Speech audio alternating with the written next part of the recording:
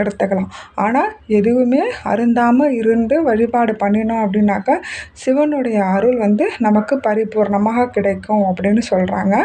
விரதம் இருக்க முடியாதவங்க அந்த விசேஷ பூஜை அபிஷேகங்களை பார்த்து கழிக்கலாம்.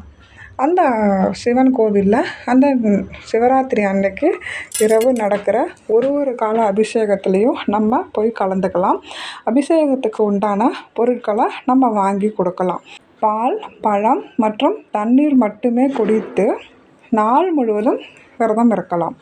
பால், தயிர், நெய், தேன் போன்ற பூஜை பொருட்களை கொடுத்து அந்த அபிஷேகத்தில் நம்மளும் கலந்துக்கிட்டு சிவபெருமானை வழிபாடு பண்ணலாம்.